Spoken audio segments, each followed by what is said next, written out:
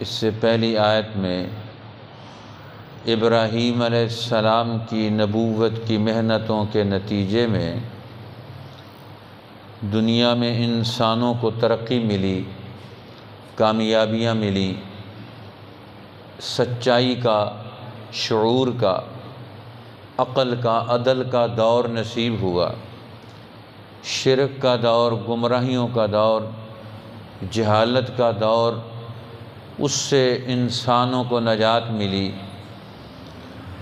یہ ایک مسلسل محنت تھی جس کے نتیجے میں بہت سارے لوگ حق اور سچ بات کو، ہدایت کو قبول کر کے کامیابیوں کی طرف آتے چلے گئے۔ ان کا ذہن بدل گیا، شعور بلند ہو گیا، ان کے اعمال میں، کردار میں، اخلاق میں، سماجیات میں، زندگی کے ہر شعبے میں ان کے ہاں نیکی پیدا ہو گئی، بھلائی پیدا ہو گئی، خوبیاں وجود میں آ گئیں۔ یہ سب سے بڑا کمال انبیاء علیہ السلام نے آ کر انسانی ذہنوں کو، قلوب کو بدلا اور انسانوں میں نئی قوتیں کھڑی کر دیں، جنہوں نے آگے جا کر ملکوں کو، قوموں کو بدل ڈالا۔ حکومتوں میں، معاشروں میں انہوں نے بڑی بڑی تبدیلیاں پیدا کر دیں، اور انہوں نے کام کیا کیے؟ والذین آمنوا، پہلا عمل ہے، پہلا کام ہے کہ وہ لوگ جو ایمان لے کر آئے، جنہوں نے اپنے ذہن کو پاک اور صاف کر لیا، اپنے عقائد، اپنے اخلاق اور اپنا علم، عقل اور شعور درست کر لیا، اپنے جذبات کو، اپنے ارادوں کو انہوں نے حق کے ساتھ وابستہ کر لیا۔ اس کا نام ہوتا ہے ایمان، کہ انسان کا ذہن بلند ہو جائے، گھٹیا سوچ نہ ہو۔ جب انسان کی سوچ گھٹیا ہوتی ہے تو وہ چھوٹے چھوٹے گھٹیا کاموں کے لیے بڑی بڑی چیزوں کو قربان کر دیتا، اس کا مشن اور مقصد گھٹیا ہو جاتا ہے۔ اس لیے انبیاء علیہ السلام آ کر ایمان کی بنیاد پر ان کے ذہن کو، ان کے قلوب کو صاف کر کے نصب العین بلند کر دیتے ہیں، ذہن اونچا کر دیتے ہیں۔ اس لیے پھر وہ انسان ہر کام بڑے مقاصد کے لیے کرتا ہے، گھٹیا مقصد کے لیے کوئی کام نہیں کرتا۔ آج ہم گھٹیا مقاصد کے لیے سارے کام کر رہے ہوتے ہیں، جس کا نتیجہ ہمارے سامنے ہے۔ جس طرح ایک آدمی گائے لے کر آئے کہ میں نے گوبر اکٹھی کرنی ہے، اب گوبر تو گھٹیا مقصد ہو گیا۔ اسی طرح انسان دنیا میں اپنے لیے جو چیزیں گن اکٹھا کر لیتا ہے، جمع کر لیتا ہے، جس طرح چھوٹے بچے ہوتے ہیں، اب ان کا ذہن چھوٹا ہوتا ہے، وہ مٹی کے ٹھیکریاں اور پتھر اور بہت سارے کاغذ فضول قسم کے اپنے پاس جمع کر لیتے۔ جیسے ہی عمر بڑھتی ہے، زندگی بڑھتی ہے، تو ان کو پتہ چلتا ہے یہ تو بڑی گھٹیا چیزیں، ہم نے یہ کیا جمع کر رکھی ہیں۔ اسی طرح انسان جب انبیاء علیہ السلام کی صحبت میں آتا ہے، اس کے اندر قرآن حکیم کا، دین کا علم پیدا ہوتا ہے، شعور پیدا ہوتا ہے، تو اس کے اندر زندگی کی حقیقتیں پیدا ہوتی ہیں، انسانوں کی قدر پیدا ہوتی ہے، اللہ کی پہچان پیدا ہوتی ہے، اپنی آخرت کو، اپنے مقصد کو انسان وہ پھر بھول نہیں جاتا، مقصد زندگی وہ اس کے دل و دماغ پر حاوی ہو جاتا ہے۔ فرمایا والذین آمنوا، جو لوگ ایمان لے آئے، اپنا مقصد انہوں نے بلند کر لیا، نصب العین بلند کر لیا، شعور اور حکمت میں وہ اونچے چلے گئے، پرواز بلند ہوگی۔ لہذا انسان اپنے چھوٹے چھوٹے کاموں میں پھنس کر مسئلے پیدا کر لیتا، لیکن ایمان والے لوگ کیا ہیں؟ ایمان لانے کے بعد اپنا بھی اور دوسروں کا مسئلہ حل کر لیتے ہیں، اللہ کے تعلق کی بنیاد پر فوراً پوچھتے ہیں کہ اللہ کا حکم کیا ہے، اللہ کی منشا کیا ہے، اللہ کی مرضی کیا ہے۔ گھر میں کام کر رہے ہیں، بازار میں کاروبار کر رہے ہیں، زندگی کے معاملات طے کر رہے ہیں، تو وہ فوراً ان معاملات میں الجھتے نہیں، لڑائیاں نہیں پیدا کرتے، کسی کے لیے بھی مسئلہ نہیں پیدا کرتے، ہر ایک کا مسئلہ حل ہو جاتا ہے۔ اب نبی اکرم صلی اللہ علیہ وسلم نے یہ دعوت علم و شعور، دعوت ایمان کے ذریعے سے عرب کے معاشرے کے ہر پریشانی کو حل کر دیا۔ ہر ایک آدمی ہر ایک دوسرے کا تعاون کرتا ہے، اور جب ایمان نہیں ہوتا تو ہر ایک دوسرے کو کھینچ رہا ہوتا ہے۔ اب جس وقت ہر آدمی دوسرے کو کھینچ رہا ہو، ایک آدمی کو سارا معاشرہ، اس کے سارے لوگ کھینچ رہے ہو ہر طرف سے، تو پھر آپ دیکھیں اس بیچارے کا کیا حال ہوگا۔ اسی طرح ایک گھر کو جب سب لوگ کھینچ رہے ہو تو اس گھر کا کیا حال ہوگا۔ اسی طرح جب کسی ایک ملک میں ساری پارٹیاں مل کر ایک دوسرے کو کھینچ رہی ہوں، ایک دوسرے کے لیے مسئلے پیدا کر رہی ہوں، پریشانیاں پیدا کر رہی ہوں، تو اس کا مطلب یہ ان کا نصب العین بلند نہیں، یہ زندگی کو چلنے نہیں دیتے، یہ زندگی کے مقاصد کا تعین ہی نہیں ہے، یہ الجھے ہوئے۔ ایمان والے الجھے ہوئے نہیں ہوتے، وہ سلجھے ہوئے ہوتے ہیں، وہ عقل والے ہوتے ہیں، حکمت والے ہوتے ہیں، وہ فوراً مسئلوں کو حل کر لیتے، پریشانیوں سے اپنے آپ کو بھی نکالتے ہیں، دوسروں کو بھی نکال لیتے ہیں۔ اسی کا نام ہے وَعَمِلُوا الصَّالِحَاتِ، وہ ہر وقت درست عمل کرتے ہیں، صحیح عمل کرتے ہیں۔ اب ایمان اور عمل صالح، عمل صالح کسے کہتے ہیں؟ درست عمل، صحیح عمل۔ اب انسان صحیح عمل کون سا ہوتا ہے؟ جو ایمان کے تقاضوں سے ہو۔ اور ایمان کون سا؟ جو انسان کو صحیح عمل پر ابھارے۔ ابھی ایمان اور عمل کا آپس میں گہرا تعلق ہے، اس لیے قرآن حکیم جہاں بھی عمل کی بات کرتا ہے تو وہاں جد و جہد کا مقصد ہے کہ انسان عمل کرے، سعی کرے، محنت کرے، جد و جہد کرے، کوشش کرے نیکی میں، دنیا کے اندر ایک دوسرے کے ساتھ ہر جگہ یہ متحرک رہے، ہر وقت کسی نہ کسی اچھے عمل میں انسان رہے۔ عمل میں تو رہتا ہے ہر آدمی، کوئی نہ کوئی کام کر رہا ہوتا ہے۔ اب انسان کا جسم حرکت کر رہا ہوتا ہے، کام کر رہا ہوتا ہے، بیٹھا ہوا ہے تو ذہن اس کا حرکت میں ہے، سوچ رہا ہوتا ہے۔ اس وقت ہر وقت انسان سرگردان رہتا ہے، لیکن عمل اس کا کیا اس کی دنیا کو بنا رہا ہے، اس کی آخرت کو بنا رہا ہے، اس کے گھر کو، خاندان کو ترقی دے رہا ہے۔ اب صحابہ کرام میں یہ تبدیلی پیدا ہو گئی کہ عملوا الصالحات، ہر وقت درست عمل کرتے ہیں، جو عمل کرتے ہیں درست۔ اب نماز پڑھنی ہے تو نماز درست عمل کب ہوگا؟ جب اس کے فرائض، اس کے شرائط، اس کے واجبات، اس کے تمام لوازمات ہم ان کو پورا کریں گے تو نماز عمل الصالحات میں ہوگی۔ اور اگر نماز صحیح نہیں ہو، وضو صحیح نہ ہو، نماز کے اندر دھیان صحیح نہ ہو، حدیث پاک میں آتا ہے وہی نماز کالے کپڑے میں لپیٹ کر اس آدمی کے منہ پر مار دی جاتی ہے، یہ لے لے اپنا عمل واپس۔ اب ہر عمل جب انسان صحیح کرے گا، درست عمل کرے گا، تو اب درست عمل کون سا ہے؟ جو صحیح وقت پر ہو۔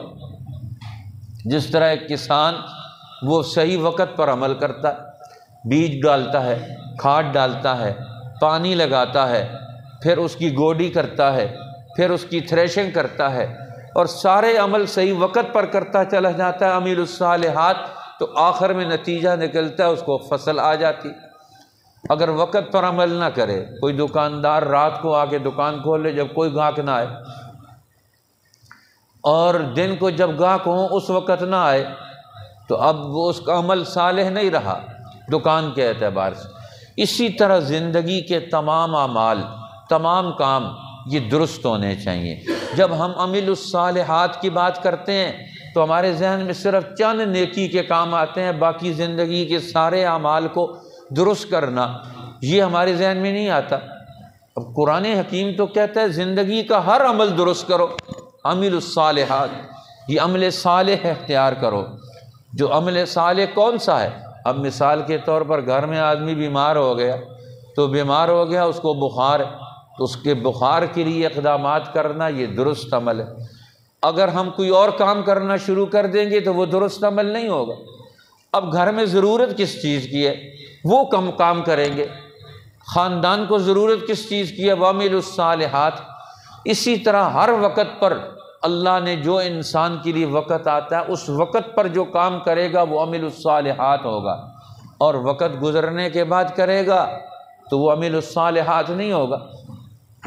اس لیے قرآن حکیم نے کہا وہ لوگ جن کا ذہن بلند ہو گیا، جن کا تعلق اللہ سے درست ہو گیا، جن کے شعور میں حکمت اور دانائی پیدا ہو گئی، جن کے ذہن میں وسعت پیدا ہو گئی، اور اس کے بعد فرمایا عامل الصالحات، وہ درست عمل اختیار کرتے ہیں، نیک کام کرتے ہیں، بھلے کام کرتے ہیں۔ فرمایا یہ دو شرطیں پیدا ہو گئیں، اب ان کا مستقبل ہے، آنے والا سارا دور ان کا ہے۔ اب دیکھو ایک چھوٹا بچہ وہ نیک عمل کرتا رہتا ہے، مسلسل صحیح عمل کرتا ہے، پڑھائی کرتا ہے، اپنے مستقبل کی تیاری میں ہر عمل درست کرتا ہے، یہ اس کا عمل الصالحات۔ اب ایک بچہ وہ صبح سے لے کے شام تک کھیلتا رہتا ہے، اب جب وہ بڑا ہوگا اس کے پاس تو کوئی علم نہیں ہوگا، کوئی ہنر نہیں ہوگا، کوئی صلاحیت نہیں ہوگی۔ اب وہ جدھر جائے گا زندگی میں لوگ دروازہ بند کر جائے، بھاگ جا، تیرے پاس تو ڈگری بھی کوئی نہیں، تیرے پاس تو ہنر بھی کوئی نہیں۔ کیوں؟ کہ اس نے پہلا دور وہ عمل الصالحات درست عمل والا نہیں گزارا، اس لیے قرآن کہتا ہے ان کا کوئی مستقبل نہیں ہے۔ آج مسلمان اپنے مستقبل کے اعتبار سے آج ہم نے کیا کیا نیک کام کرنے، اچھے کام کرنے ہیں، گھریلو سطح پر، ملکی سطح پر، قومی سطح پر، بحیثیت مسلمان ہونے کے ہم نے کون کون سے اچھے اور بھلے کام کرنے ہیں، صحیح اقدامات کرنے ہیں، وہ کون سے ہیں ہمیں ان کا تعین ہی نہیں۔ عامل الصالحات، نیکی کے کام کرنا۔ اب ایک آدمی نیکی کے کام کرے گا تو اس کا شعور بلند ہو جائے گا۔ حضرت عمر ابن عبدالعزیز رحمۃ اللہ تعالیٰ علیہ کے زمانہ خلافت میں ایک علاقے سے لوگوں کے مسلمان ہونے کی اطلاع آنی بند ہو گئی، کوئی آدمی مسلمان ہی نہیں ہو رہا اس علاقے میں، اس کے صوبے میں۔ باقی ہر طرف سے کوئی نہ کوئی خبر آتی ہے لوگ مسلمان ہو رہے، اس کے علاقے سے خبر ہی کوئی نہیں آتی۔ انہوں نے وہاں اس کو بلوایا کہ تیرے علاقے سے کسی کے مسلمان ہونے کی خبر نہیں آ رہی، اور جا کر لوگوں کو کہا تحقیق کرو، مسئلہ کیا ہے، وجہ کیا ہے کہ اس علاقے سے کوئی لوگ مسلمان نہیں ہو رہے۔ انہوں نے کہا پتہ چلایا، تو انہوں نے کہا کہ اس نے وہاں اپنے علاقے میں ایک اقدام کر لیا، ایک عمل کیا ہے، آرڈر کیا ہے کہ جو آدمی بھی مسلمان ہوگا وہ ختنہ لازمی کروائے گا۔ اب دیکھو حکومت نے کون سا عمل درست کرنا ہے، عامل الصالحات۔ جب حکومت میں ہوگا تو اس کا عامل الصالحات کیا ہوگا، جب تاجر ہوگا تو اس کا عامل الصالحات کیا ہوگا، جب وہ باپ ہوگا تو اس کا عامل الصالحات کیا ہوگا، جب پڑوسی ہوگا تو عامل الصالحات اس کا کیا ہوگا، جب وہ جج ہوگا تو اس کا عامل الصالحات کیا ہوگا۔ وہ نیک عمل کون سا، درست عمل کون سا کرے گا، وہ تو انصاف کرنا ہے اس کا۔ وہ کہیں گے میں تسبیح پھیروں گا تو اس کا نیک عمل نہیں ہوگا اس وقت۔ ہر آدمی جس منصب پر بیٹھا ہوا ہے اس کا عامل الصالحات، اس کا درست عمل کون سا ہے، اس کو اس نے اختیار کرنا ہے، پھر اس کا مستقبل ہوگا۔ پتہ چلا کہ اس نے لازمی قرار دے دیا حاکم بن کر کہ جو مسلمان ہوگا وہ ختنہ کروائے گا۔ اب ایک آدمی بڑا ہو گیا، وہ ختنہ کیسے کروائے؟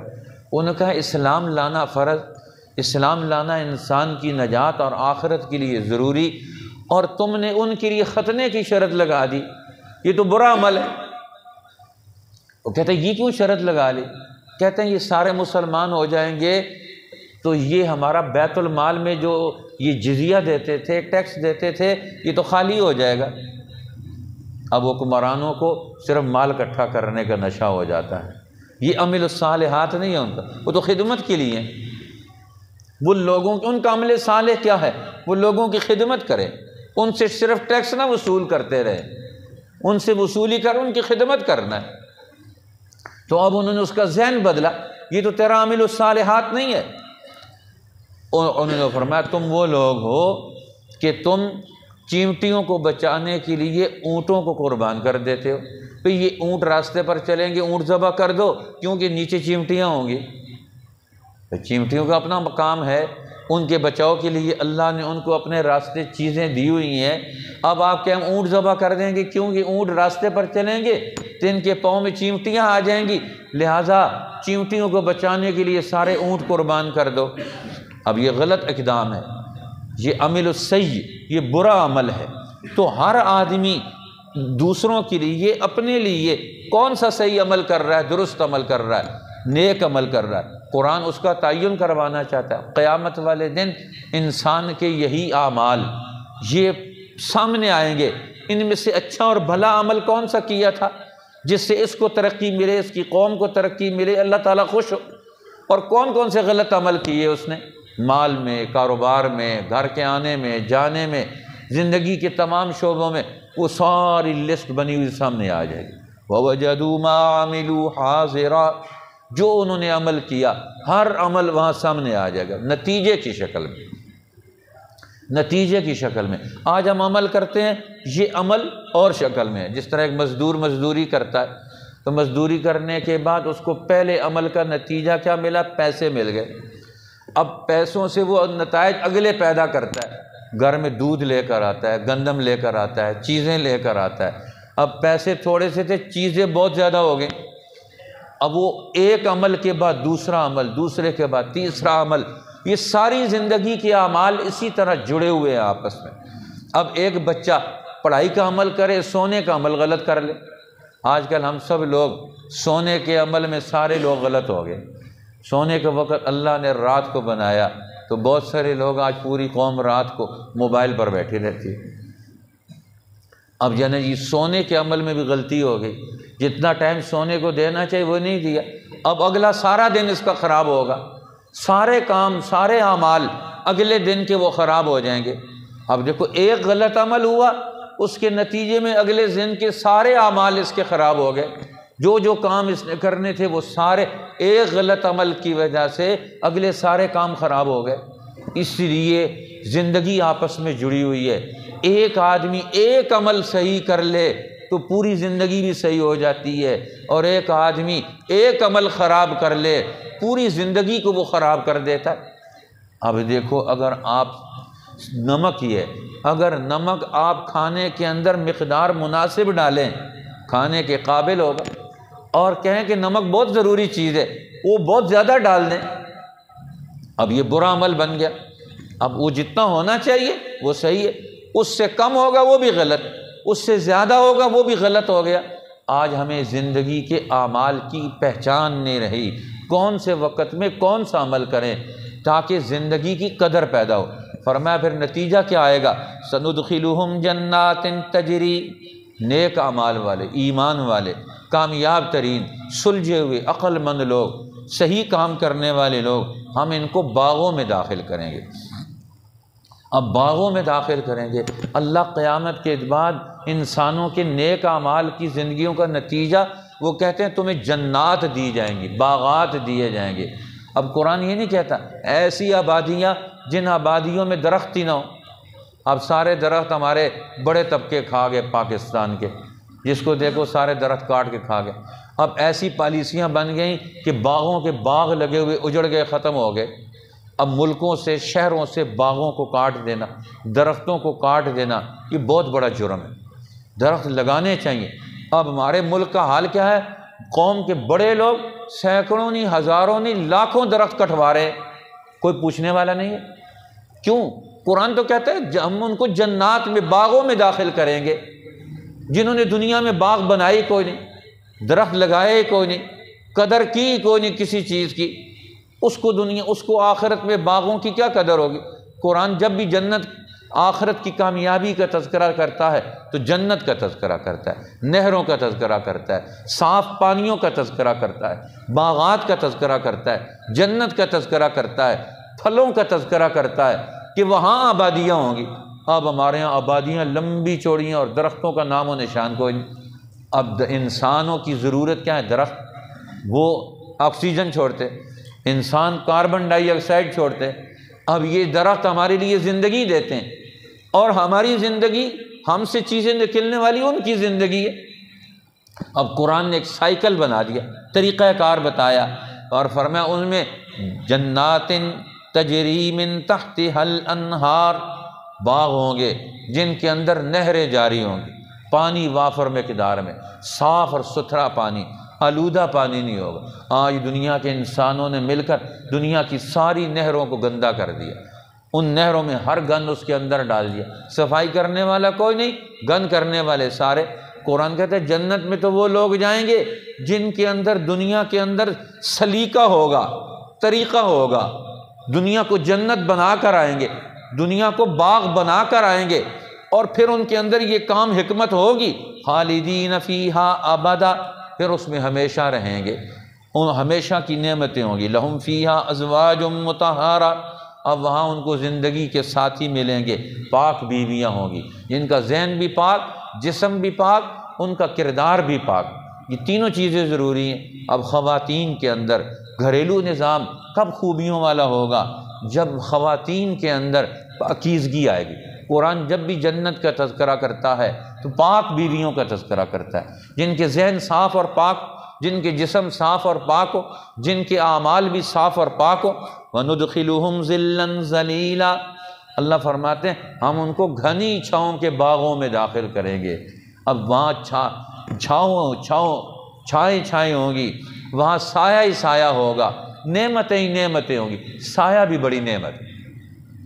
آج سایہ کو نہیں ہے، ساری درختوں پر چلیں، ہمارے پچھلا پورا دور مغلیہ دور، بادشاہوں کا دور گزرا ہے، ہر راستے کے اوپر درخت ہی درخت لگے ہوتے، درخت راستہ سائے سے بھرا ہوتا۔ اسی لیے نبی اکرم صلی اللہ علیہ وسلم نے منع فرمایا، فرمایا کسی سایہ دار درخت کے نیچے پیشاب پخانہ مت کرو، درخت کے سائے کی بھی حفاظت کی، فرمایا سایہ دار درخت کا سایہ مت خراب کرو۔ کوئی جانور، کوئی راستہ چلنے والا، کوئی انسان، اس کو سائے کی ضرورت، تو اب گرمیوں میں سائے کی ضرورت درخت کو بھی نہیں لگاتا، سایہ سارے ڈھونڈتے ہیں، درخت لگائیں تو سایہ ملے، اب درخت ہے ہی کوئی نہیں، سایہ کدھر ملے؟ اب جب دنیا میں چلتے ہیں تو اس وقت ہر آدمی تپش میں، حرارت میں، زندگی کی پریشانیوں میں، فرمایا جنت میں زندگی کی ہر سہولت اور آسانی ہوگی اور نیچرل اور فطری انداز سے ہوگی۔ اللہ جل شانہ ہمیں جنت کی نعمتوں کا مستحق بنا دے، اور اپنی دنیا کو اور اپنے گھر کو اپنے ایمان سے، اپنے عمل سے، اپنے درست اعمال اور صحیح کردار سے دنیا کو بھی جنت بنانے کی توفیق دے، تاکہ ہم اس جنت کے مستحق بن جائیں۔ والذین آمنوا وعملوا الصالحات، اور جو لوگ ایمان لائے اور کام کیے انہوں نے بھلے درست، سندخلہم، ہم انہیں داخل کریں گے جنات، باغوں میں، تجری من تحتها الانہار، جن کے نیچے بہتی ہیں نہریں، خالدین فیہا ابدا، رہا کریں گے ان میں ہمیشہ، لہم فیہا ازواج مطہرہ، ان کے لیے وہاں عورتیں ہیں پاکیزہ، وندخلہم ظلا ظلیلا، اور ہم انہیں داخل کریں گے گھنی چھاؤں کے باغوں میں۔ صدق اللہ العظیم۔